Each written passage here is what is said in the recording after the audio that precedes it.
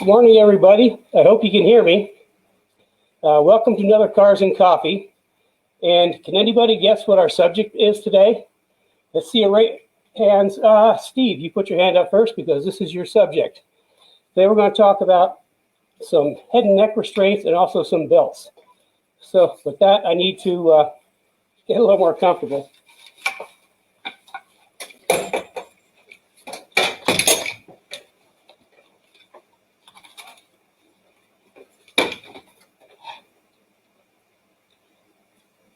Helmet hair.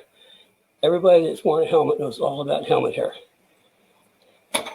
Okay, welcome to Cars and Coffee again.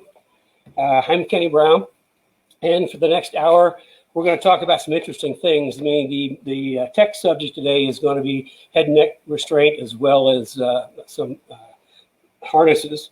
Let's see, this for the show and tell. I've got the ultimate club and club racing and track day coil-over shock setup. I'm going to talk a little bit more about Speed Therapy Society and answer a few of your questions. Now, you might notice that it looks different. Okay, well, it looks different because we're changing a few things. We're getting ready for the Speed Therapy Academy. We've actually gone to a camera instead of my phone, which hopefully you can see things the real way and a little clearer. So that's kind of like the big thing. The other big thing is we are simulcasting live on YouTube. Remember I talked about that we're going to try to do this for a couple weeks. Well, Carrie finally slayed the technology dragon, and we should be live on YouTube as well as live on Facebook. So this is like a big day. So let's see what else. Oh, artwork of the month. And Ernie was complaining that I didn't change the artwork. So we went over to down into the basement in storage, and we dug out 6 additional works of art that we'll be featuring as time goes on. And so for right now, today's work of art is actually, I'm breaking away from my normal artist. And this is, I'll try not to kill his name, Hector Capitori, something like that. Anyway, this is Dan Gurney at Spa in 1967. And anybody Formula One buff knows that this is Dan Gurney's victory, the only victory for American car and American driver in Formula One. And he was driving his own Gurney Eagle with the Westlake V12, and I think, if memory serves, the engine just barely made it to the end of the race, but nevertheless, it made it to the end of the race. So I thought that'd be kind of cool because seeing as Formula One started again, well, I really wanted to watch Formula One qualifying this morning, except, you know, we had to get ready for this. So I'll wait for the race tomorrow. And this is Cars and Coffee. I got my coffee. So how many people out there are new to Cars and Coffee? Raise your hand. Well, yeah. Put your little thing in there and let us know. And I got some other questions. You always have this thing to read off of because I always screw up if I don't. I got a question for you guys. We're thinking about for the summer of moving Cars and Coffee from 11 o'clock to 10 o'clock in the morning. I'd like to hear your feedback on that. You know how to do the whole feedback thing. Eastern Standard Time. Okay. And then here we're getting into the stuff I have to do before I do the other stuff. For the YouTube, our new YouTube fans, let's see, you need to click the bell next to the subscription subscription button. Okay. You need to click the bell next to click the subscription button, and then if you want to receive. Oh, you click the subscription button, and then if you want to receive announcements, you click the bell. Got that right. You can see who's even worse at technology than Carrie. And for our Facebook people, you need to click the like. Is that what it is? Mm-hmm. Click the like, as well as the thumbs up and the hearts. Wrenches. And then for replays, well, you know that we're always going to have the replay in the Speed Therapy Society, as well as on Kenny Brown TV YouTube, or YouTube Kenny Brown TV, however you want to talk about it. Let's see, I got that. Page 2. I'm really moving through this morning. Uh, I need to mention Speed Therapy Academy. The reason this is looking different is because we're actually getting ready for the Speed Therapy Academy. We're going to need a little wider range for the camera so we can show more things, and that's where we're sort of practicing, because that starts August 4th. If you haven't signed up, if you really want to learn a lot more, you sign up for the Academy. It's going to be pretty interesting. 12 weeks, at least 8 to 10 times a week, but not to worry if you can't make all of them, because they will be in the library sources. You can go back and view them anytime. In fact, for the inaugural class, all the episodes will be recorded in the library now, stated for a full year after from this August to August of 2021. So it's always going to be a resource guide for it, no matter. And of course, we talked about our I see things backwards. I got to get used to that. Our Speed Therapy Academy shirt.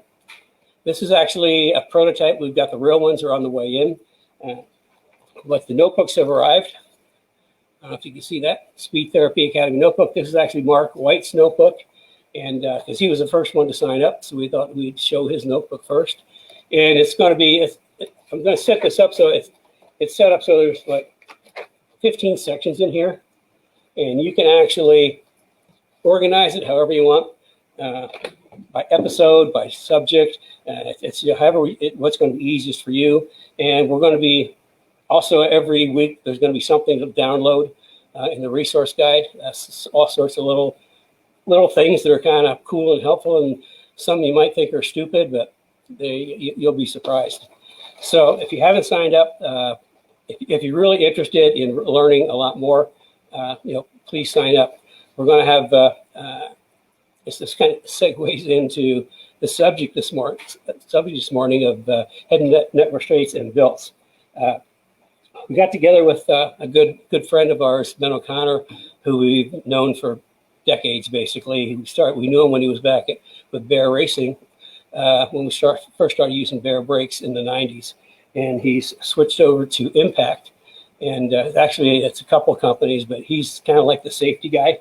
And he was kind enough to send over some samples for us so we could show you on the safety side. Because this was Steve's question.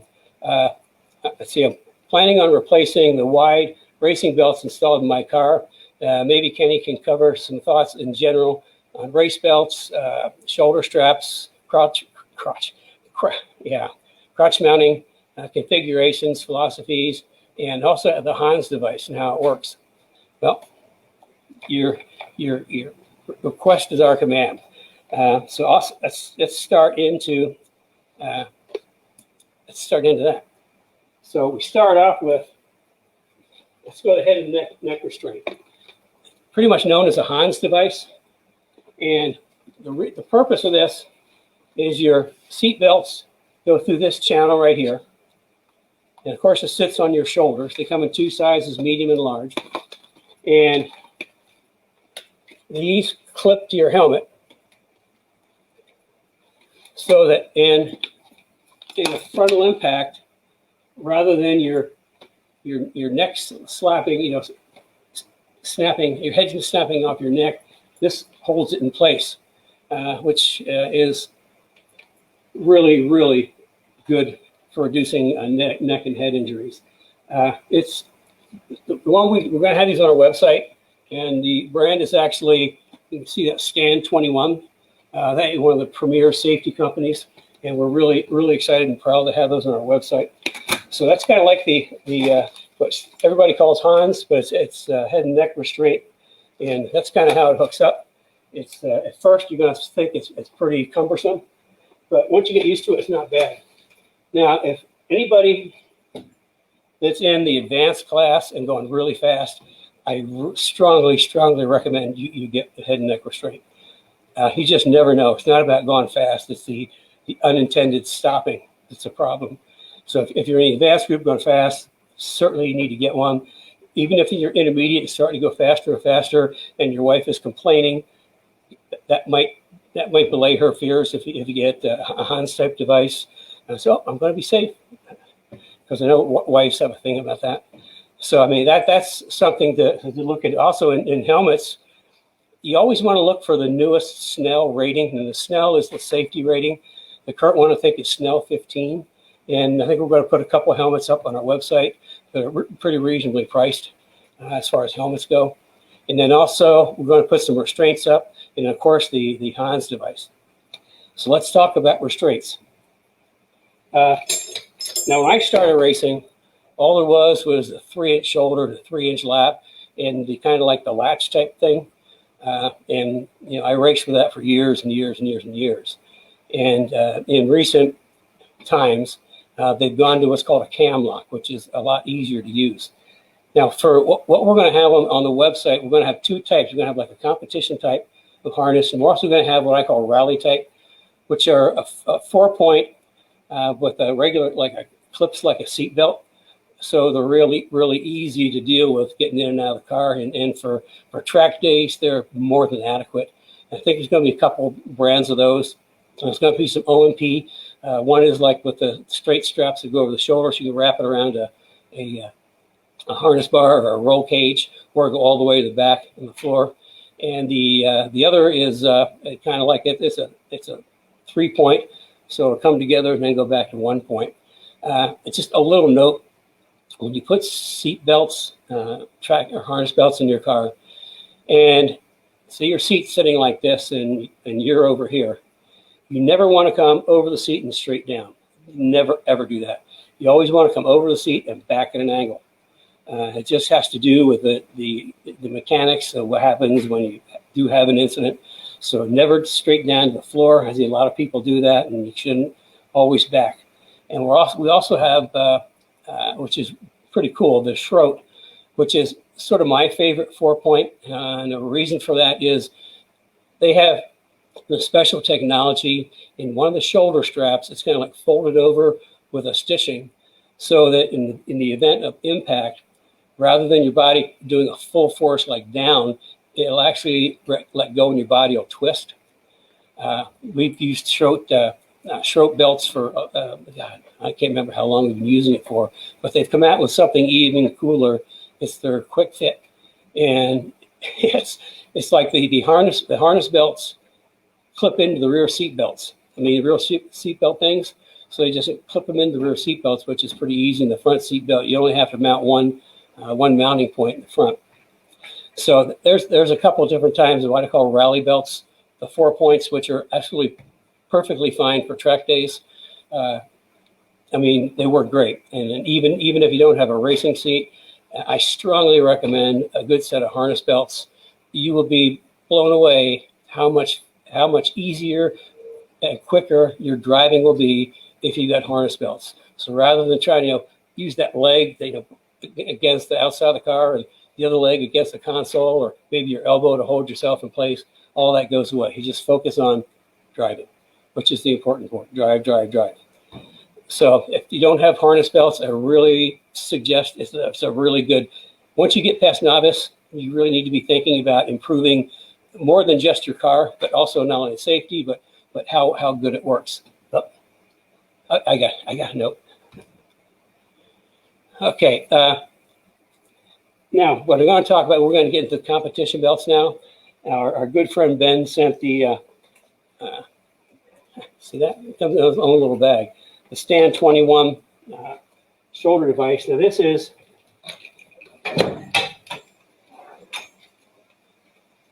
is a competition 5-point. It looks like an octopus right now. But it's 2-inch. The lap belts are 2-inch. The shoulder straps are 2-inch. And it's a 5-point, which means you got 1 lap belt, 2 lap belts, 1 shoulder, 2 shoulders, and 1 submarine or crotch.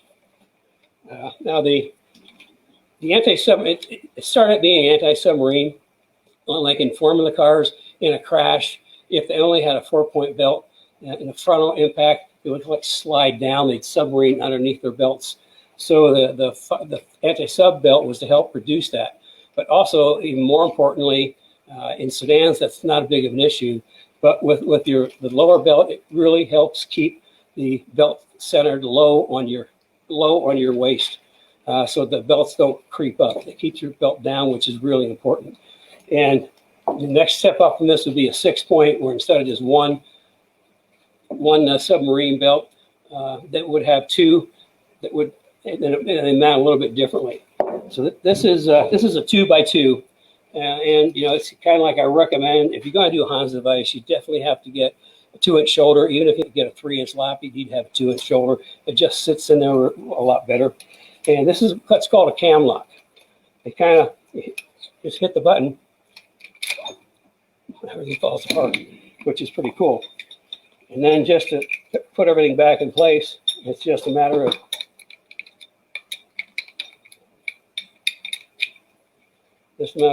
click. That's all there is to it.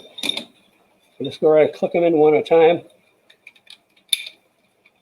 and away you go. Now, what I recommend is when you're getting ready to go out, it's always better if you have somebody to help you. If your seat's on a slider, or even if you've got a power seat, I would put it back just a teeny bit from where you normally drive, and get the lap belts. Get the lap belts first. Get them absolutely as tight as you can get them. You cannot get them too tight. Then take your shoulder straps and get them tight. And then if it's a power seat, just move the seat up just a little bit. That gives you gets more tension on the belts. Or if you got slider, just go up to the next notch. That's what I do with my right seats in the car and a slider. You know, I'll put it back and have somebody help me. You know, really hard to push it up that way. I'm super restrained. You absolutely cannot get belts too tight. And the only thing that's worse than not having a belt is having loose belts. They have to be tight. That's all there is to it. So you've got we talked about the 2-inch and the impact that we have. That I don't know if you saw this. This is like really good stuff. I mean, this is super high quality. I'll wind it up. As you can see, that's just with the webbing and everything. They're really well made. It's got a high quality cam, and it's got easy shoulder tighten and release. That's one of the things I used to hate, is trying to get the shoulder straps. If I forget to undo them, when I come in and just unbuckle my belt, then you sort of have to undo them and stretch them out. And it used to be just a real pain. With these types of releases, it's really easy. And another thing I always do is I'll get strapped in. By the time I get up to pit lane, I've moved around a little bit.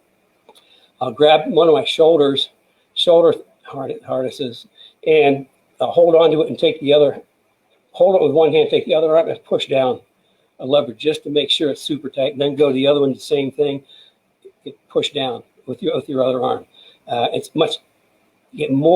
It works better than just trying to pull down one hand. You use two to pull it down like that. So there's a couple of tips. So we've talked about the head and neck, and we've talked about the 2-inch by 2-inch, which is, I think, the best. If at the very least you get a 2-inch shoulder and 3-inch lap belt, or if you're just like a novice, and you're not really planning on moving up to advanced, or even just you're going to be a novice for a couple of years, you need to get at least the 4-point. The 4-point rally harnesses.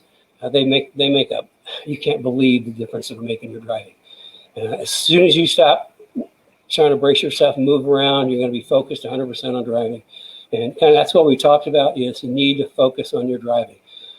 Your braking, your turn in, your apex, your track out. And if you're locked in place, that's easier to do. The next step up from that is a racing seat. Now, if you've got a standard seat in your car, you can still use the 4 points. When you want to move up, your choices are to going like a Recaro type, and we've got a Sparco. We're going to put Sparco on our website. That's a Recaro type of seat. It's like a standard seat. I mean, the back goes up and down. It's not fixed. It's got some nice upholstery on it and cushioning.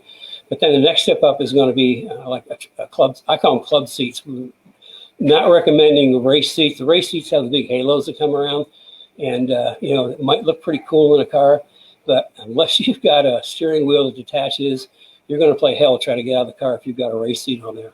So the next step down from that, in between like the sports seat, let's call them, like a Recaro, and a race seat is what I call a club seat.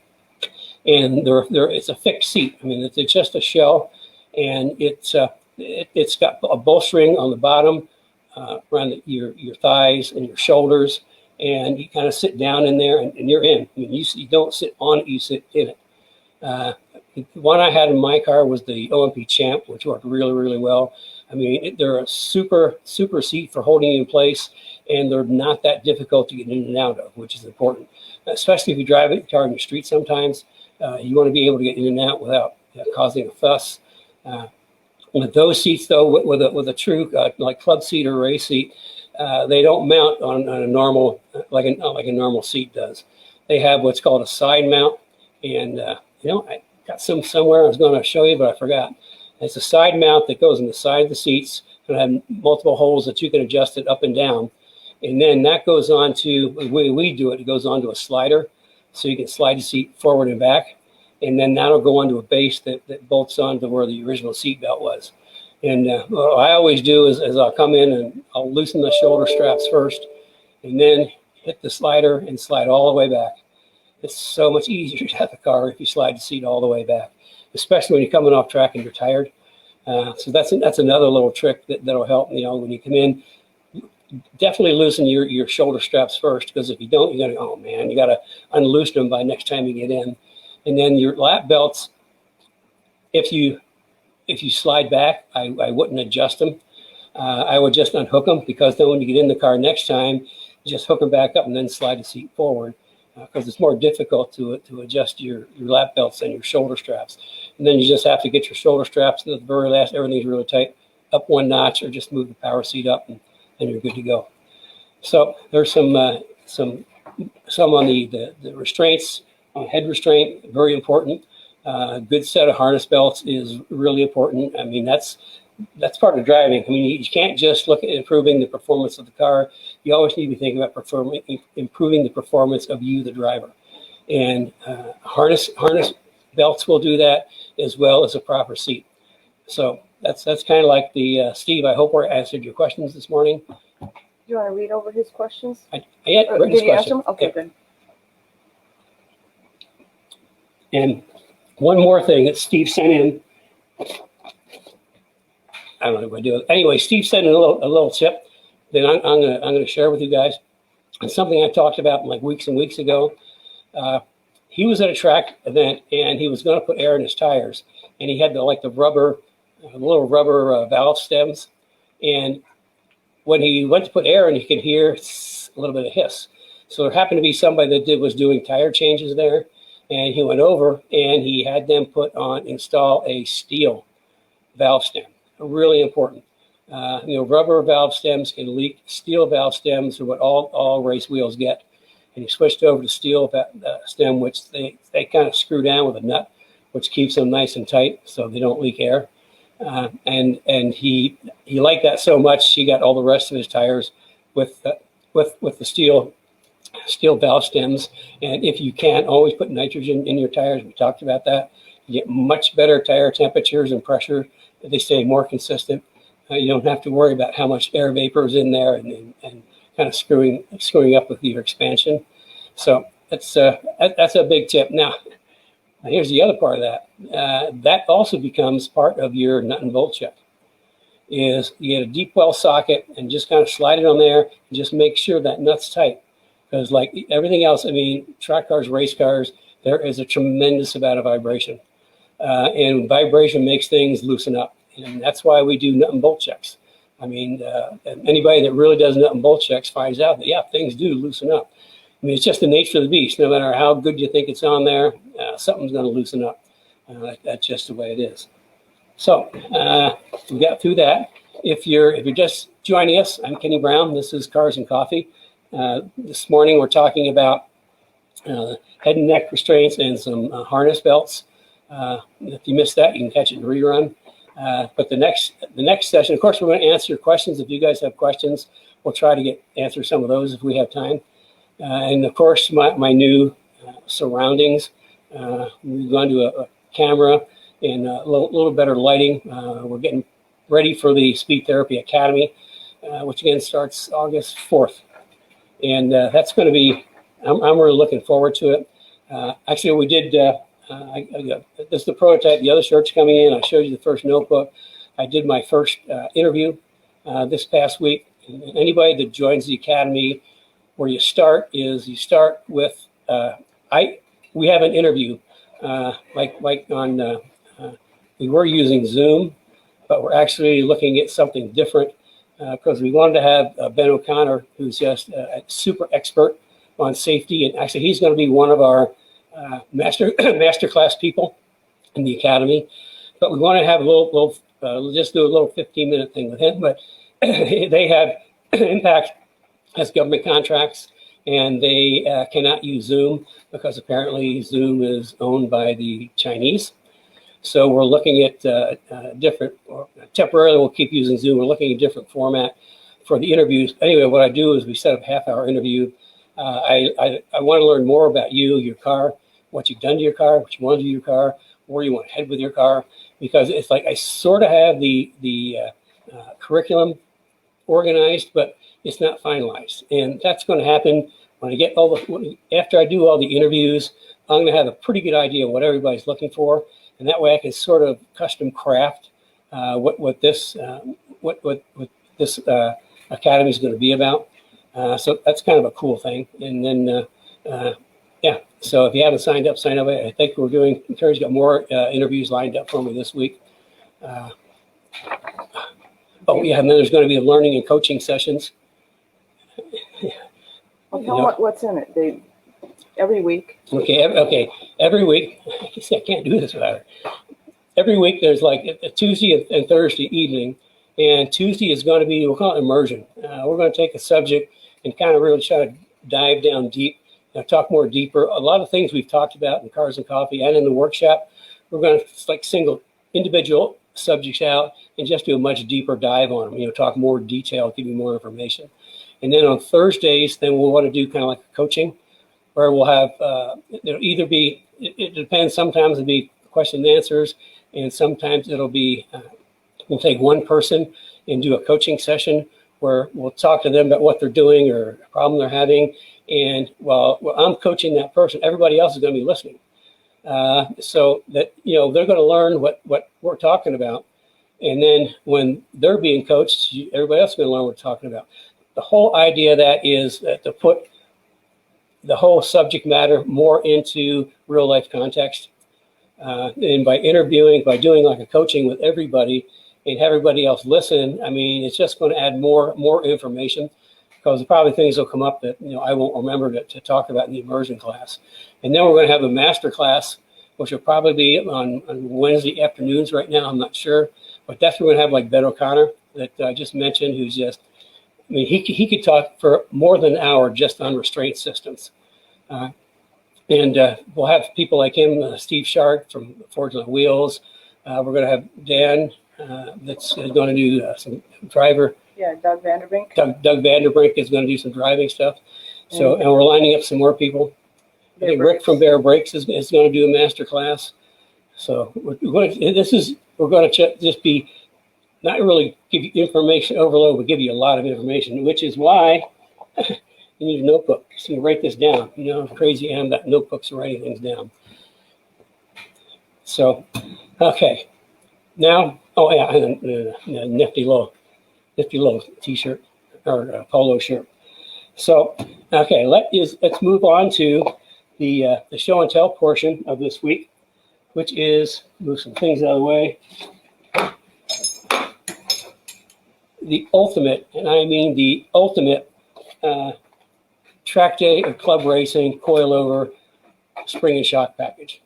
Terry, can you hand me the box? Okay. And I guess you can pretty much figure out what's in this box.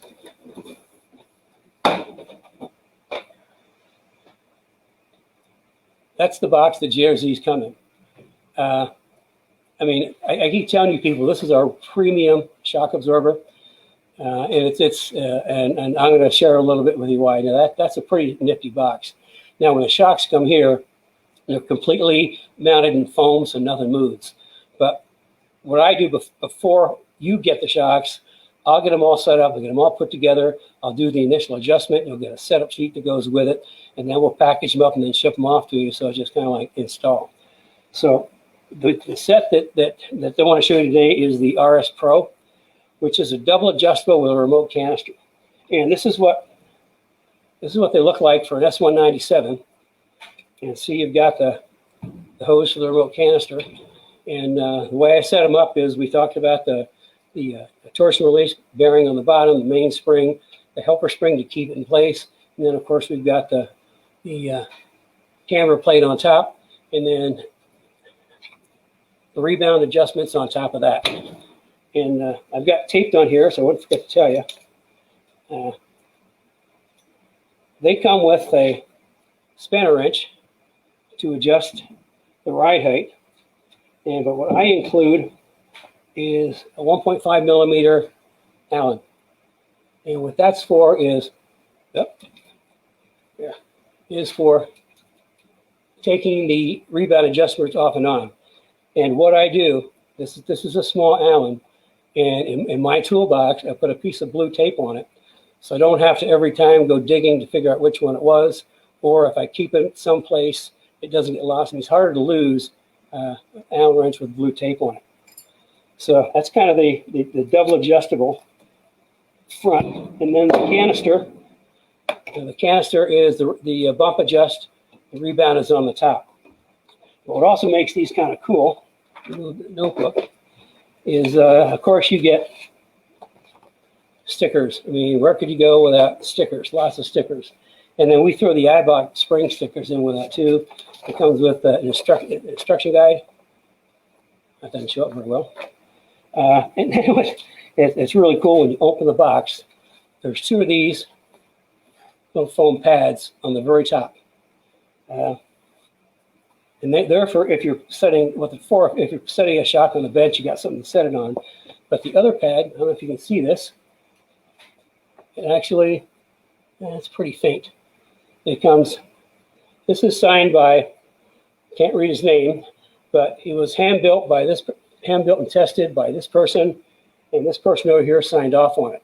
So when I say these are custom built to order, I mean these are custom built to order. So you're gonna know who built your shock, even though you can't read it. You can't read anybody's signature, really. So that's the front. You've got the remote canister, and oh, this is something that's kind of I like ordering. This is a quick disconnect, and the reason is you've got to mount this canister somewhere, typically inside the car, under the hood someplace where you can get to it easily, or in the trunk where you can get to it easily. And to get it there, if you didn't have the quick disconnect, you're going to have to make like a 3-inch hole to pass this whole thing through, and you got a 3-inch hole to plug. But with the quick disconnect, you're down to like maybe 1.5 inch hole to pass that through. And when you do, you always want to, anytime you put a hole through a body, and you pass something through it, you always want to get a rubber grommet around the outside of the hole so there's no rough edges. Now, the thing is with these, these are high pressure gas filled. It's nitrogen. And what you have to do is you have to carefully bleed some of the pressure off so you can actually, unbolting it, uncooking it's easy, just to pop apart. But to get it back together, you need to bleed some of the pressure off so that you can actually get them hooked up, and then you can repressure them down here on the bottom. And then on the setup sheet that you get from me, it'll have the initial adjustment. It'll also have the pressures that they're set at initially. And you can play with pressures, and that's something that you don't want to do on your own. You need to talk to me if you're really dialing in shocks.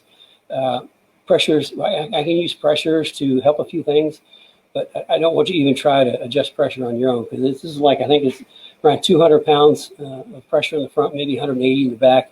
I'd have to look on my spec sheet for this set of shocks. So that kind of gives you an idea of how much pressure's in there. And the whole idea of pressure is it helps keep the fluid from cavitating. It just keeps everything locked in place so everything works together. And these are monotube. I think we talked about before, there's like twin tube, regular twin tube low gas pressure, and monotube high gas pressure. Well, this is monotube, which means there's only one tube. Unlike like a street shock that has twin tubes, this is one tube, one valving piece in the middle, and everything adjusts from there. So, and then go to the back. The back is kind of the same. This is the high pressure bump adjust, rebound adjust. Now, I do something special. Any of our coil-over shocks that retain the bayonet mount in the original mounting position, because we're putting all the spring load through that mounting point, we go to, instead of rubber, I use a Delrin bushing on the bottom and the hard rubber bushing on top. Just because we're putting a lot of load, and if you've got a rubber bushing, even a urethane bushing, with the amount of load that's going through these things, it's going to squash. So, you know, we started a long time ago, started going to that Delrin, so it's pretty much rock solid. It's going to be locked in place, and then with a softer rubber on top, it'll take a little bit of the NVH out, but not a lot. But we're not considering NVH, we're working on how good the shocks work. And they are just, and these are just brilliant shocks. I mean, they really, really work. Like I say, this is the ultimate set of shocks for track days, or even club racing. I mean, these will work perfect in club racing, more so than some of the other shocks that you can get over the counter. And then if you go into pro racing, then I showed you many weeks back about the motorsport shocks, which are, that takes everything up another level, because their motorsport shocks is their primary business is race shocks, and they built some pretty wickedly awesome race shocks, and they've got huge reputation. In fact, this is their, on the box, this is their 25th year of building shock absorbers, and the owners of JRZ, and JRZ stands for the names of three people that started it. Actually, they were originally in the Coney racing program, obviously 30 years ago, and then they decided to do their own shock program, which turned out to be amazing. So that's kind of like the ultimate in track day and club racing shocks. I see Carrie staring at me like I'm doing something wrong. Oh, no, I'm okay. Okay, so we've got some time for some questions. If we have some questions that come in. In case you're just joining us, this is Kenny. This is our Cars and Coffee on Saturday mornings. 11 o'clock. We're also asking if people would be interested in us moving to 10 o'clock because it's summertime. So just let us know. I'd be interested to know how many people attended all the workshop, the Transforming Driving Experience workshop. How many people attended that? Because I think everybody got some pretty good value out of that. And but people were a little disappointed that we didn't keep it up that long. Well, I got good news. What Carrie is going to do is she is going to do a blitz of the episodes of the Transforming Your Driving Experience. I believe it's Wednesday and Thursday. Is that correct? Yes. And what she's going to do is Wednesday she's going to run days 1, 2, 3. And it's going to be run multiple times. Is that correct? We run multiple times on Wednesday, and Thursday is going to be 4, 5, 6, and they'll run multiple times. So you have a chance. This is kind of like a second chance to go back and see the speed therapy. See Transform Your Driving Experience workshop In the Speed Therapy Society. So if you're not a member of Speed Therapy Society, please join, because that's where all this stuff's going to happen. And people are members are saying this is a pretty cool group of guys we got here and gals. And that's the whole intent is we're real car people in here. And I love some of the posts. I like the pictures. I really like the comments when people say they put the rear grip kit on and it changed their car completely, because that's the whole intent. So with that, I think I'll have a sip of coffee and see if we can answer some of your questions. Okay, so we have one important one I think that we should bring up is Ben O'Connor from Impact Racing Mastercraft is online listening today, which is wonderful. Hey, Ben. Yeah, thanks for joining us, Ben. And there was a little conversation going on in the comments, and a comment was made that be careful that you don't tighten them too tight, because if you have them connected up to the factory seatbelt, because it'll tighten you another 3 inches.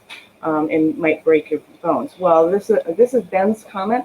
He said, this is not true. During any event, accident, crash, etc., if the belts are mounted properly, there isn't a single situation where the belts can be too tight. Limiting movement and containment is paramount. Yep, that's pretty much what I said. You cannot get your belts too tight. And the ones that hook into the factory slots, they don't hook into the retractor. They hook into the permanent one. So yeah, you can't get your belts too tight. Remember, put your seat back, get them as tight as you can, and move your seat up and make them even tighter. You just cannot get your belts too tight. Loose belts are a disaster. I mean, if anything, if you have any kind of impact and your belts are loose, I mean, it'll be worse. I mean, it'll be a lot worse for you. So yeah, Ben, it's pretty much what I said, and there you go. You got it from the expert. You cannot get your belts too tight. If I tell you what, if they're too loose, you can crack and break something. I can tell you that, because you're going to have a big boom against something. But if they're tight, nothing's going to happen. Okay. So also, just I'm going to give a sneak peek. Let me know, or let us know, if you are interested in possibly having like somebody like Ben on Cars and Coffee for about 15-20 minutes, just talking a little bit more. Obviously, Kenny knows a lot about what his trade, but he's not an expert in belts. So it would be great. So let us know. Say yes, I'd like to have some experts. I mean, we could probably do, if people were interested. We could probably just do most of Cars and Coffee someday with Ben, talking about restraints and that sort of thing. Part of it, yeah. So just comment if you'd like to have that happen. Okay, another question is from Cliff Glidden. Question: which sliders do you like best for racing seats if they're not mounted solid? What we have is, because you've got your base that mounts down, the sliders go on top of that, and then the seat brackets on top of that, and then the seat. We have FIA rated sliders, which means they're rated by FIA. So they're not cheap. I mean, they're really good stuff. And we've got them. We get them from O&P. They're really good stuff. And a lot of people say, I don't want a slider. I mount my seat solid. Well, yeah, good luck with that. If you're not racing, you're going to be somehow you're going to say, oh, I don't like this, or I don't like that. A slider is, if nothing else, it's the best way to tighten up your belts. So we have FIA homologated sliders that go between the base and the seat. Okay, here's another question. This is another response from Ben. This is maybe why we should have some guest speakers on, or guests with you. Ben O'Connor, the stipulation is mounted properly. If shoulders are mounted too low, tighter may work against you in a forward event, as it can promote spinal compression. However, there's more of an effect of the restraints being mounted too low than too tight.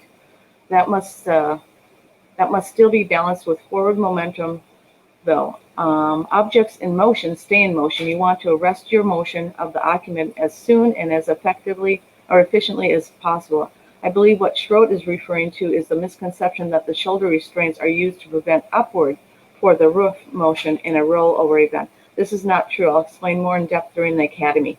Yeah, he's going to be doing a master class during the academy. I told you guys, I said this guy's an expert. Now you understand what I mean. And Chris Melitu, say hi to Chris. He's been on for a while. I had an Impact Racing helmet, and it was awesome. Thanks. Well, there we go. There's a plug for Impact Racing helmets. And we've got a pretty reasonably priced one on the website, because everybody's looking to, not be cheap, but not to overspend. I mean, the whole idea, what I like to have people do is, get what you need that's the highest quality for the best price. And you don't need to overspend on things. Anybody that's talked to me on the phone will tell me that they're interested in getting something, one thing. I'll say, your money's better spent on blank. So, I mean, helmets, you can spend over $1,000 for a helmet. We've got the Impact, and then there's an O&P helmet we've got on there. And so Mike Piercy also says you don't want a loose-fitting helmet either. Now, that's another point. I mean, you want your helmet to be snug. And there's I think there might be charts. If not, we'll figure out where one is. How to measure. You can kind of measure around here for your helmet. And the good quality helmets are going to be pretty true to size. the lesser quality helmets. I had one a number of years ago that I came across. I can't remember the circumstances, but I ended up with this, I would say, level 2 helmet, and they only came like in a couple sizes, and the sizes were all wrong. I don't know whose head they used, but you know, the medium was like, I couldn't even get a medium on, and the large was almost a little too loose. So that's where you need to make an investment in something quality, is in any kind of safety gear for yourself. And remember, the other safety gear is shoes, dancing shoes, and gloves to go with your helmet. Very important things. You get your dancing shoes, your gloves, and your harness, and a good helmet. And I absolutely guarantee your lap times will go down. You won't be as tired at the end of the session.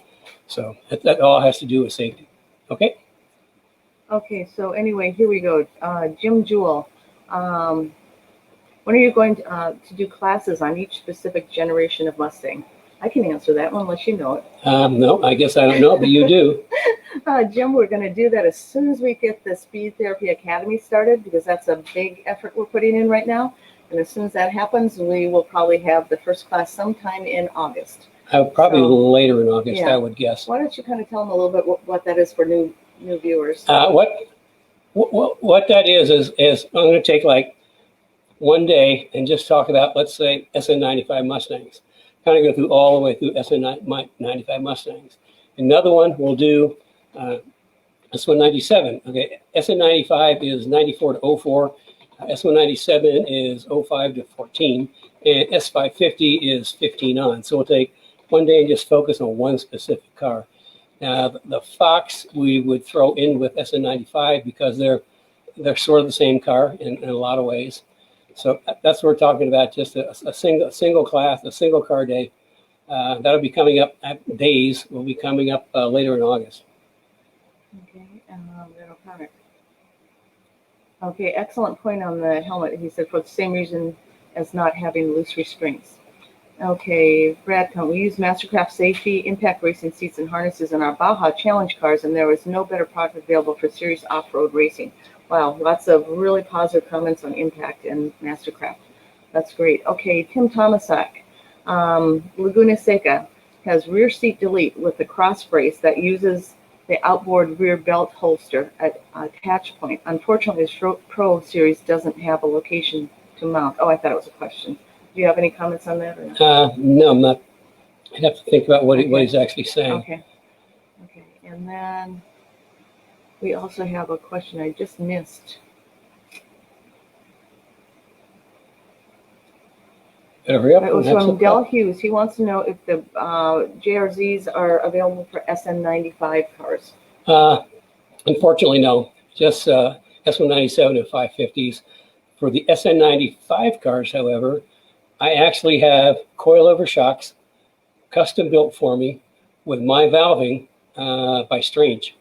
And I say by my valving, I've got, a few weeks back, I showed my notebook that's just full of shock dyno sheets. And what I did is I took my dyno sheets that I like the best, actually close to what the JRZs are. And I took those to Strange. I went to Dimitri, said, can you build a shock with these in there? And he said, yes, you can do it. So we've actually got, Strange is pretty much a drag racing company, and their front struts are like drag racing struts, low spring rates, and they do kind of things that you don't even want to know about. So they actually custom build these with the valving that is very similar. So let's say, for example, the Coneys I've used, the JRZs, and a couple other like the better shocks I use the valving. So yeah, we've got the and they're true coilovers. Now with the KB Strange, the fronts are only available in double adjustable. The rears are available either in single or double adjustable, either for IRS cars or for live axle cars. So we got SN95, don't have JRZs, but we got SN95 covered with a good shock, coilover shock. Okay, and then we have another one from Chris, I believe it is Chris, I go back and forth here. Chris Militu, what is the difference between those and the JRZs without the canisters? Okay, a couple of things. JRZs come in 3 flavors: single adjustable, double adjustable, and the RS Pro, which is double adjustable with a canister. The single adjustable and the regular double adjustables are both twin tube shocks. The Pro is a monotube shock, and that's the big difference. Plus, it's got the remote canister, which is the bump adjust, which, you know, if you're in motorsports, I mean, the last thing you want to do is climb underneath the car to adjust the bump and just pop the hood and make a click or two. So the big difference is twin tube versus monotube, and monotube with the remote canister for bump adjust. So that's kind of the difference. But yeah, like I say, these are, we've used these on some of our premium track cars, and man, they really work. Yeah, Chris Melitu actually said, JRZ, unbelievable shocks. Thank you, Chris. And Chris, tell a little bit about how Chris did his package. We shipped everything out of town. Yeah, actually, we did something unique with Chris. We called it, you know, kind of like Kenny in a box, or actually Kenny in a pallet. We shipped him everything he needed to build his car on a pallet. And he took it to his local Ford dealership to have it installed. We had to maybe go back and redo a few things, but nevertheless, you know, we can do that. I mean, you want to do your own car, you know, we can pile everything on a pallet and ship it to you. I've got, we've got somebody we're doing that for right now. I'm working on a specific package for Mick down in Australia. He's going to set up a Fox Mustang to race in there in one of their series down there. And anybody that's watched Australian racing, they don't have NASCAR. They take road racing very seriously. So he's going to set up a Fox. So I'm putting together a package with like strain shocks, our K-member, and some other things specifically for that application. It's all going to go on a pallet. I'm going to ship it to them. We also did that for somebody in New Zealand. Yeah. We put the whole suspension on a pallet and then shipped it to New Zealand. So we do it for a number of people, but those those kind of like those notable ones. Okay, and then Ernie would like, Abercrombie would like us to, he's talked to me about this, so I don't think I've mentioned it to you yet. Here it comes. He'd like to set up some kind of like a Kenny Brown race HPDE team, like NASA or SCCA or Auto Interest. He wants you and a bunch of the Kenny Brown people here to go have a number of events throughout the year. We've talked about that. And then, like last year, we were too busy to do any track days. This year, we're pretty busy as well. It's something we talked about maybe doing next year because this is a kind of a contracted season, and you know, we've got the academy right in the middle of it. So I mean, it's something that off, you know, on the side we have talked about more than once about doing kind of like our own event. We used to do that. Well, back in the 90s, we used to partner with Muscle Mustangs magazine, and we did like about 3 events a year where we partnered with them. And then we also partnered with one of the driving clubs, and it worked out really well. I think the one I liked the best is we used to go to Watkins Glen every October. We had T-shirts that said Ken at the Glen. So yeah, we want to get back to that. Unfortunately, our plates are really full right now, but it's on the wish list, bucket list. Take your pick. It's in there. Okay, and then Tim Tomasak, he would like to hear about pros and cons for a belt bar versus a Watson Bolton cage. Or just a bar to hold the belts. Pros and cons. Yeah. Well, the big thing, I mean, there's no real comparison. I mean, a harness bar just kind of goes across, and you can use it to put your harness in. It's not a structural part of the car. Or the Watson 4-point cage, which we use, we put it in a lot of cars, and it's a great product. I mean, that's structural. I mean, that actually bolts to the car rock solid. So I mean, if you're wavering between the two, go for the cage. Especially if you've got rear seat delete. I mean, it makes more sense. You've got multiple options for your seat belts. I mean, even if you don't do your shoulder strap wrap over the crossbar, you can actually use the crossbar to go back and then down, which will keep your belts in a much better position. So here we go. Okay, and on that same subject, Jim Jewell mentions that for a Boss 302 Laguna Seca and Schroet contact, they have a great customer service and might have an answer. My thought is if you can pull out the rear seat delete, you might be able to mount where the rear seat belt would be. Oh yeah, I mean that's a hard point. Yeah. I mean the Schroet belts go right into the existing seat belt things, and if you pull the rear seat out, then you've got the bolts that hold the rear seat belts in place, which they're hard points. I mean, you can that makes a perfect mounting point because you know that's super rigid and strong. Okay, and then Brian West has a question. What are inverted shocks and how applied to our cars? How do they apply to our Inverted shocks, you have to have a monotube high pressure gas to invert the shocks, and that's just mounting it upside down. Now, with S197, because of the upper mount, we can do an inverted shock, but what we would have to do is we would have to convert to a clevis mount on the top. But on the S550 cars, the Pro 4, the RS Pros, they are inverted in the back.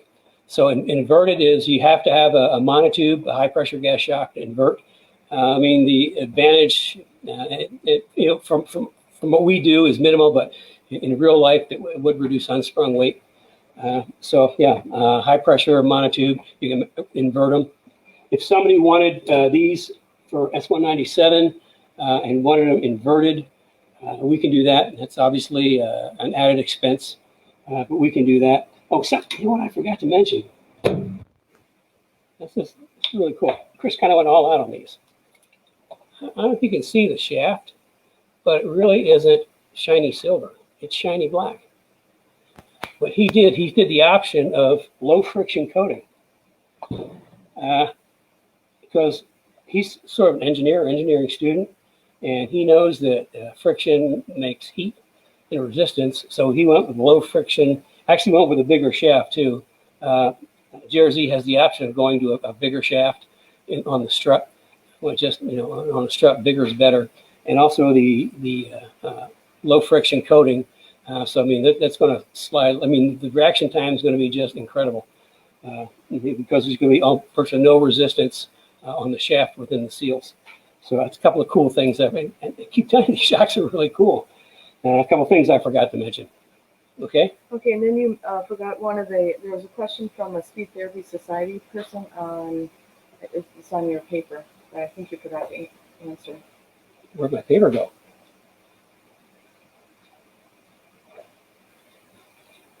On the springs in the sway bar? Okay. Yeah, this is a good question. This is from Chris. And this is a really good question.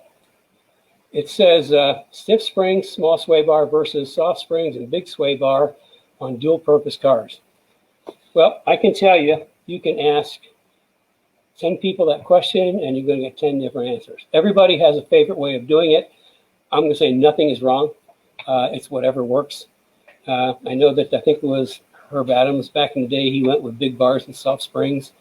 Now me, what my preference is, and it's just solely me, is the way I look at it is the sway bar is really a torsion bar, which means it's a spring. It's a third spring, either in the front or the back. Well, we don't use them on the back in S197s.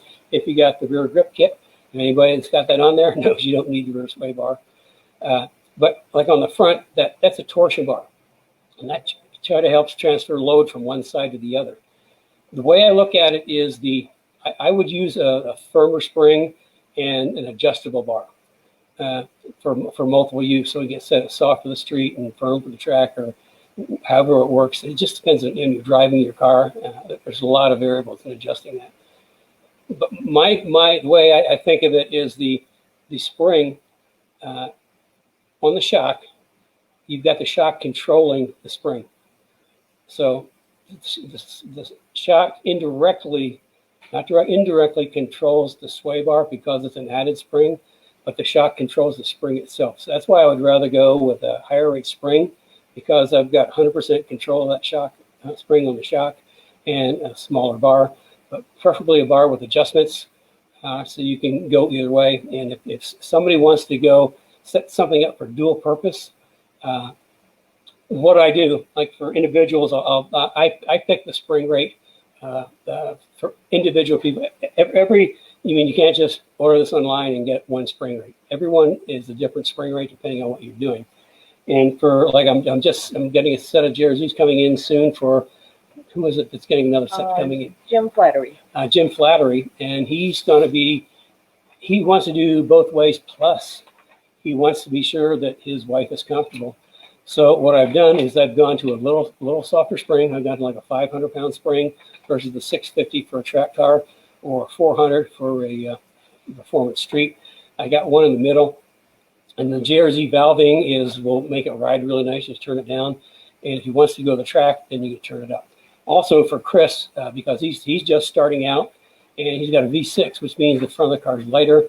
I chose a 500-pound spring for him as well.